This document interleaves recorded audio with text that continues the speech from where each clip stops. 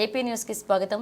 తిరుమల లడ్డూ పవిత్రతపై దురుద్దేశపూరితంగా చంద్రబాబు ఆరోపణలు చేయడం సరికాదని వైఎస్ఆర్సీపీ జిల్లా అధ్యక్షుడు విజయానందరెడ్డి అన్నారు.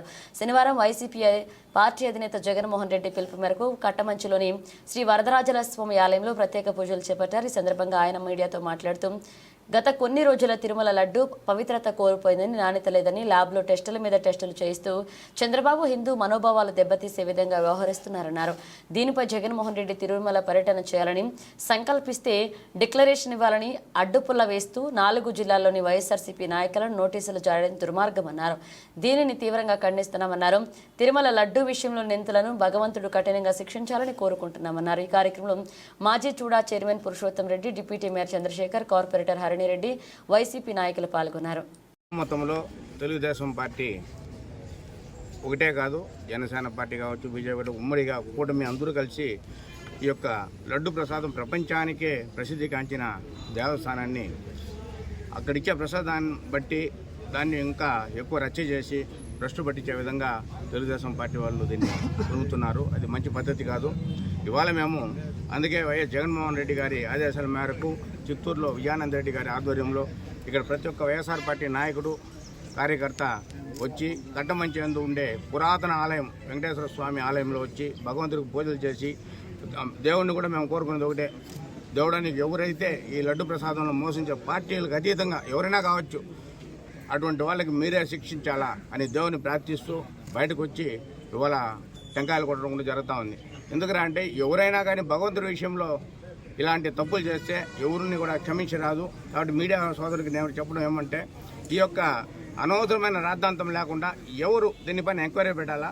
అసలు ఫుడ్ ఇన్స్పెక్టర్ ఉన్నారు, మళ్ళీ అక్కడ వైఎస్ఆర్ కాంగ్రెస్ పార్టీ నాయకులు, అధ్యక్షులు పైన, అదేవిధంగా పార్టీ పైన కూడా తెలుగుదేశం నాయకులు, జనసేన నాయకులందరూ కూడా వెంకటేశ్వరుని దేవుడిని అడ్డం పెట్టుకొని ఆయన ప్రసాదంలో కల్తీ జరిగిందనేసి లేనిపోని అభాండాలు వేస్తూ అబద్ధాలు చెప్పే అలవాటు అతనికి మామూలే.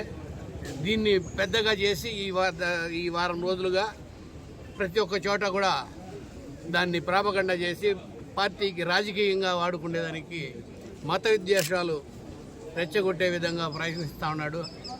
ఆయనకు ఇంతకు ముందే వెంకటేశ్వరుడు వార్నింగ్ ఇచ్చినాడు ఆ 1000 కాళ్ళ మండపం కొట్టిన దానికి. ఇంకా తగినంత బుద్ధి చెప్తాడు దేవుడు. ఆ దేవుడికి బుద్ధి చెప్పాలని మేమంతా కూడా వైఎస్ఆర్ పార్టీ నాయకులు, కార్యకర్తలు, అభిమానులు, సామాన్య ప్రజలందరూ కూడా ఇతను తెలుగుదేశం పార్టీ వాళ్ళు చేసిన ద్రోహానికి, చంద్రబాబు చేసిన అభాండాలకి తిప్పికొడుతూ తగిన శిక్ష విధించాలనేసి దేవుణ్ణి ప్రార్థిస్తాం. అతి పవిత్రమైనటువంటి నారాయణ స్వామి వెంకటేశ్వర్లు భగవంతుడు, హిందువులకు గొప్ప ఆరాధ్య దైవమైనటువంటి శ్రీ వెంకటేశ్వర స్వామికి ఈరోజు వైఎస్ఆర్ కాంగ్రెస్ పార్టీ అభిమానులందరూ కూడా పూజలు చేయడం జరిగింది. ఎందుకంటే గత కొద్ది రోజులుగా హిందూ మనోభావాలు దెబ్బతినే విధంగా తిరుమల లడ్డు అపవిత్రమైందని, నాణ్యత కోల్పోయిందని, అనిమల్ ఫ్యాట్ కలిసిన నెయ్యిని వాడారని ఒక దురుద్దేశంతో అబద్ధాలు చెప్పినటువంటి చంద్రబాబు నాయుడు గారు హిందువుల మనోభావాలు, గౌరవాలు దెబ్బతిన్నాయి. దాని మీద అనేక టెస్టులు వచ్చినప్పటికీ మళ్ళీ పదే అదే మాటలు చెబితే మా అధ్యక్షులు గౌరవనీయులు వైఎస్ జగన్మోహన్ రెడ్డి గారు నిన్న తిరుమల పర్యటనకు రావాలంటే నెయ్యి కల్తీ విషయాన్ని పక్కన పెట్టి డిక్లరేషన్ ఇవ్వాలి అని ఒక సాకు చెప్పి, అదేవిధంగా 4 జిల్లాల్లోని నాయకులందరికీ కూడా నోటీసులు ఇచ్చి ఇంటికే పరిమితమయ్యేలాగా కట్టడి చేయడం చాలా దౌర్భాగ్యం. కాబట్టి ఈరోజు మేమందరం కూడా ఈ కల్తీ నెయ్యి వ్యవహారంలో ఎవరైతే తప్పు చేశారో వాళ్లకు సుప్రీంకోర్టు జడ్జి దగ్గర కానీ, సిబిఐ ద్వారా కానీ ఎంక్వైరీ వేసి వాళ్ళ పాపాలు బట్టబయలు చేసి వాళ్లకు కఠిన శిక్ష భగవంతుడు కూడా విధించాలని మేమందరూ కూడా ఈరోజు పూజలు చేయడం జరిగింది. అతి త్వరలోనే ఆ దోషులు బయటకు వస్తారు. ఆ దోషులను భగవంతుడు కఠినంగా శిక్షించాలని మీ ద్వారా కూడా మేము తెలియజేసుకుంటున్నాం.